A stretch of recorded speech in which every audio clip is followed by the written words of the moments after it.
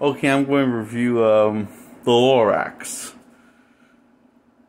the cinematic release version with Zac Efron and Taylor Swift. So, good news is I want to give you a little update on my health quickly.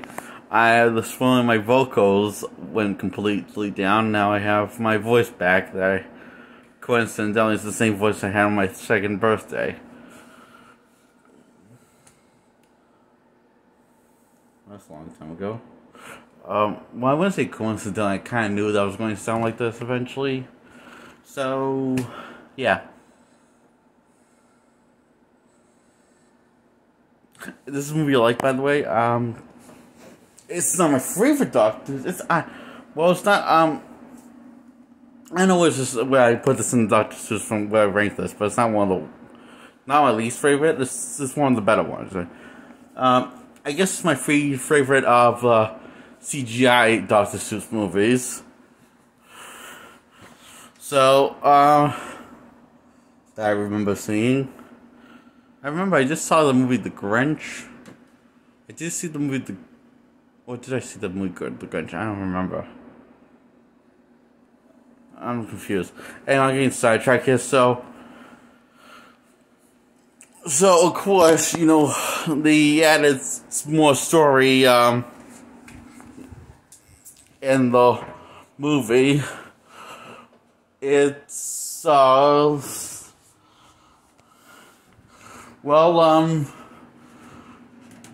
not making any of the stuff up, but I should tell you, it sounds like this sounds a little kind of I just think this thing is sometimes I was thinking of a funny thing in this movie that sounds kind of insane of what this character says. I'll get to that point and while laughing back later on in the film.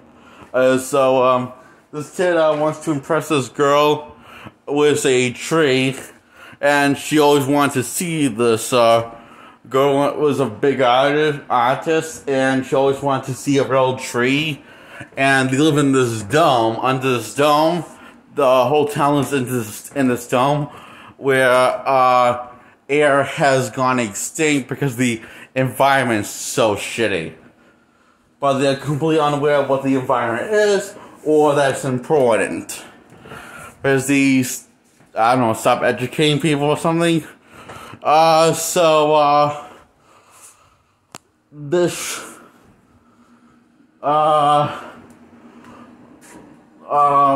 So they have to pay for ears, but I don't wonder if it's really if the environment's so bad, and how is this possible? I don't know. It's just, you might want to not question too much of this. Just don't, especially don't question it too much for any film or show, because you're just going to go mad eventually. So on this basis, it's opens up in musical form. I don't know. It really goes nowhere. The rest of the films has music in the rest of the film, but it doesn't go not nowhere. It goes somewhere. This one is out of nowhere and goes nowhere. So, yeah. Okay, so he goes to visit I forget what his name is,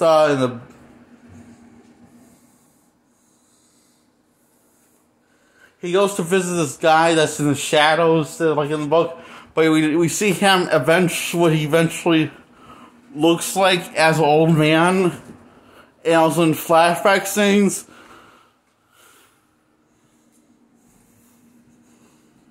I think it's called a Onceler or a Whistler. It's something like that, okay?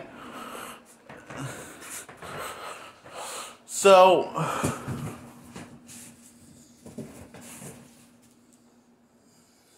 he tells the story about how he was friends with the Lorax, and he's the reason why things are bad.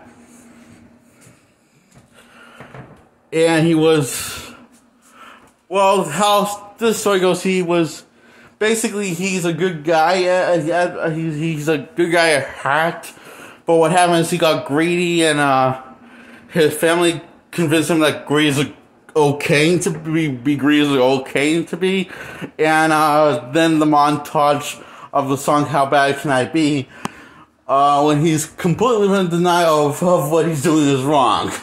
Because he's chopping down way too many trees. To the point there's no more to chop down, and he goes, his business goes under, and the environment turns to, well, shit. And the Lorax flies off into the clouds, into the sky. And so it's up to Zac Efron, who voices the kid, to make things right. It turns into a heist because he's trying to plant the tree, and and his new girlfriend, who always wanted to see a tree that don't exist anymore because the environment's shit. And where did he got to see, you might ask? Well, from the monster was with the whole cat a seed.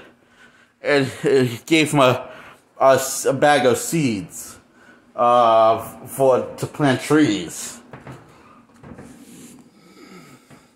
I'm not going to ask why he didn't do that if he had seeds all along to plant trees. Why didn't he do that earlier as a young man? But because it would mean I have to question the book that's based off, which it pulls the same shit of giving the boys seeds to plant other trees, and hopefully the Lorax will come back, and all the furry critters will come back and stuff. And so after the heist ends, the boy decides to make a speech about trees, and he says he speaks for them. Dude, just because the Lorax says I speak for the trees doesn't mean you should say that. That sounds nuts. Do you hear yourself? That sounds completely mental. Anyway, that's what I was laughing about, because the whole I am so and so and I speak for the trees.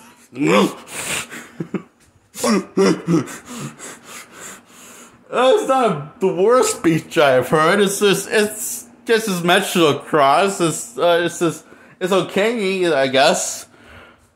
A bit confused why he decides to open it up with the speech for that, saying I speak for the trees. He kind of lost me. Then I started to follow along. Once you just need to tune out the weird thing he chooses to open up his speech, which I speak for the trees, and then everyone in town starts signing with the kid and going against the big corporate baddie who does wants money and greed. And it looks for a second he changes his way and musical number along with everyone else by singing the song. Then he just says, "No, I'm just fucking with you," blah blah blah. And it says sings "Let It Die, Let It Die, Let It Shrivel Up and Die."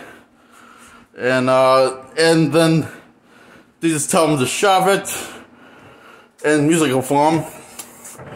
And they continue singing the song while planting the seeds of the tree and watering it and taking care of it.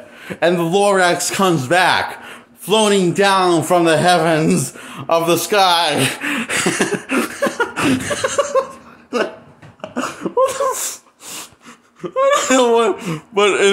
And he tells the kid who was his best friend in the past and still is, and he goes to visit his buddy, the Wandsler.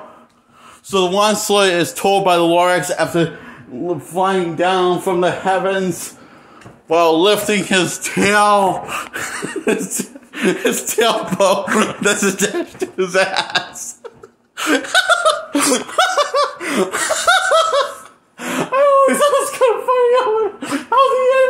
and it looks kind of funny.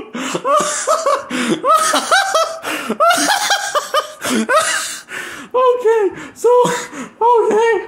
Oh, God. Okay, so he tells the kid, the Onslaught, as an old man, that he's done good.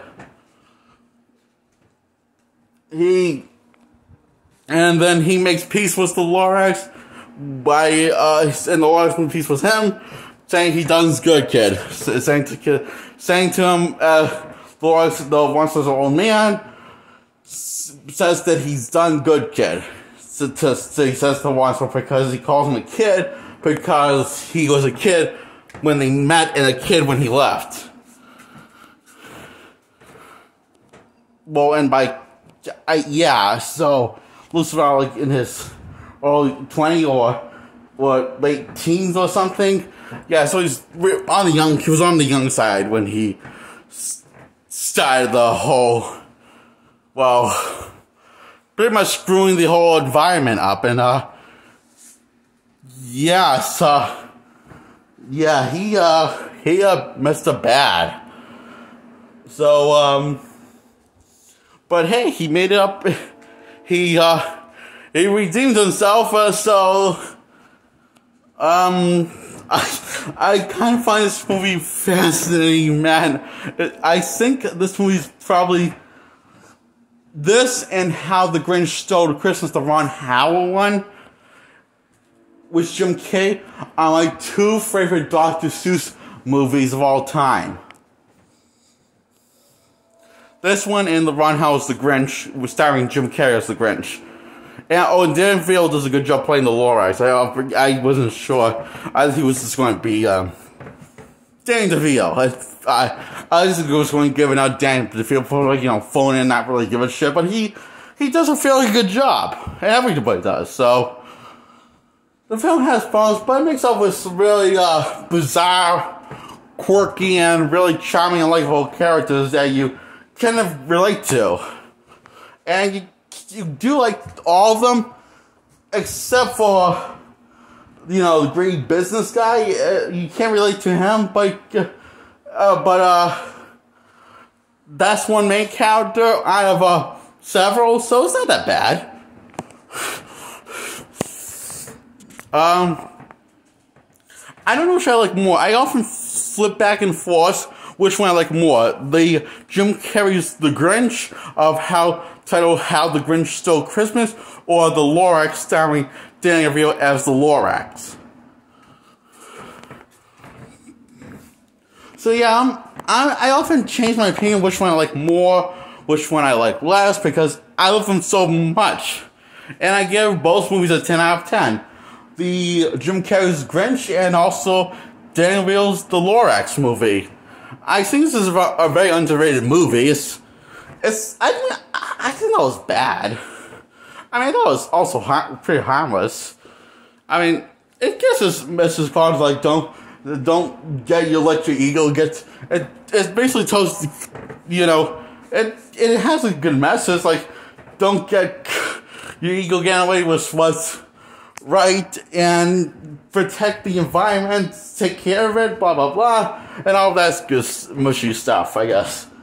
Ugh. So yeah, I give this The Lorax a 10 out of 10.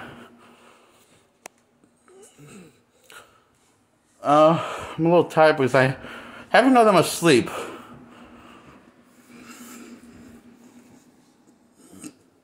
I mean, I got sleep, that's not that much. Like, I have no idea how much I got sleep. I didn't time myself when I slept, so yeah, I just want to do a review because I felt like it.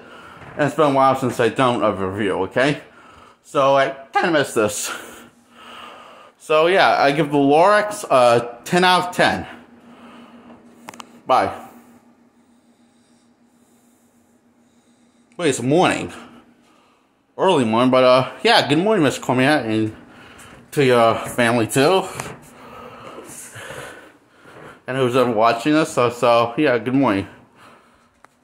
Now, I give this a 10 out of 10, The Lorax, right? Yeah, The Lorax gets a 10 out of 10. I just realized remember that I said that already. Okay.